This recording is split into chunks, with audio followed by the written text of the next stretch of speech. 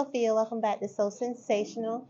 Thank you for tuning in again. So it's been a couple of weeks. Within that time, I've gone to Washington for the National Industries for the Blind National Symposium. This is my first time, even though I've been in the Advocates for Leadership program since 2020, but due to COVID, we didn't have anything in person. So this is my first time going. I'm also on the cover of Opportunity magazine, which highlighted advocates from each program. So I also have a write-up in there. I don't have a copy because I ran out giving them out. But I have a picture, and I'm going to include that picture here. So you may wonder, what is the National Advocates for Leadership program with the Industries for the Blind? So what it is we advocate for persons who are blind with members of legislation and Congress. So fighting for, you always know that there's somebody behind the scenes fighting for your rights, but to be a part of it and to know the different forms of law and how it affects you is so much more different. So did you know that there was a certificate called 14C, which allows some companies to pay persons with disabilities sub-minimum wages, below minimum wage? How is that right? Also, right now we're asking that Congress makes it so that vocational rehab places, when they refer blind people to jobs, they also consider nonprofit agencies.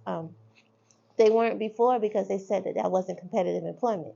They were thinking if you go to a place where the majority of the employees are blind, then it's not competitive, which is not fair, because I've actually interviewed a woman who she's blind. She uses a screen reader, and the company she went to work for didn't know what to do with her. So they put her in training all day by herself because they didn't know what to do. And she eventually quit because they didn't know how to help her.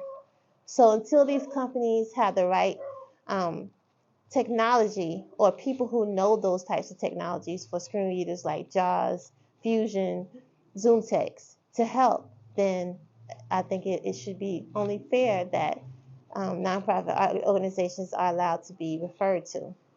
So just a bunch of things like that. I had a very good time. So during this time, we went on a boat. So we went on there and had dinner. It was a cruise, a dinner cruise. It was very nice. The DJ was everything, but I'm not confident enough to dance yet. I'm still thinking that everybody's looking at me, which I don't mind them looking at me except when I'm dancing, because then that's not good. And then of course I went to the mall. I went because I had to get something. I forgot something that I needed to wear. Okay, well, that's not true. I was going to go to the mall anyway because that's what I do. So I went to Pentagon City Mall, I think that's what it's called. It was a fantastic mall. So I think it was like 4 stories. So it was very nice. The streets were very accessible. They had the stoplights that, where you could press the button and it talks, says walk and don't walk. So here they have the accessible crosswalks. You can hear it when I press it. It said wait.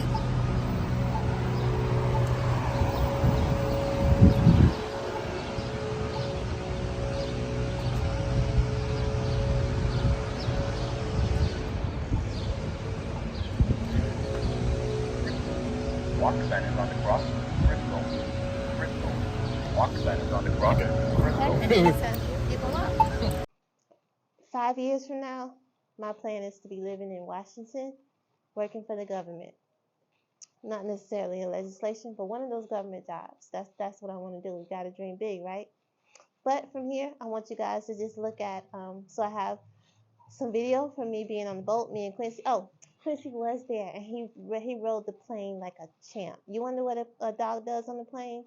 One of the passengers asked. He was like, "What is the dog gonna do?" And the flight attendant was like, "Oh, he's just gonna sit by the window with his owner," and which is what he did, so unbothered. Got a picture of that too. So we did that. There's a picture of us walking over by the Washington Monument. It was a great experience. So stay tuned. I'm also doing a series on the levels of blindness, which is going to start next week with one of my colleagues. So people think that blindness is just one thing. you're blind and you can't see. But no, there's levels to it, and that's what I'm going to show you guys. But anyway, thank you so much for tuning in. But keep looking, and you'll see the rest of my footage. So the audio might be kind of bad because it was so cold and the wind was blowing so hard. But just look at it for your pleasure. Thank you, and tune back in with me next week.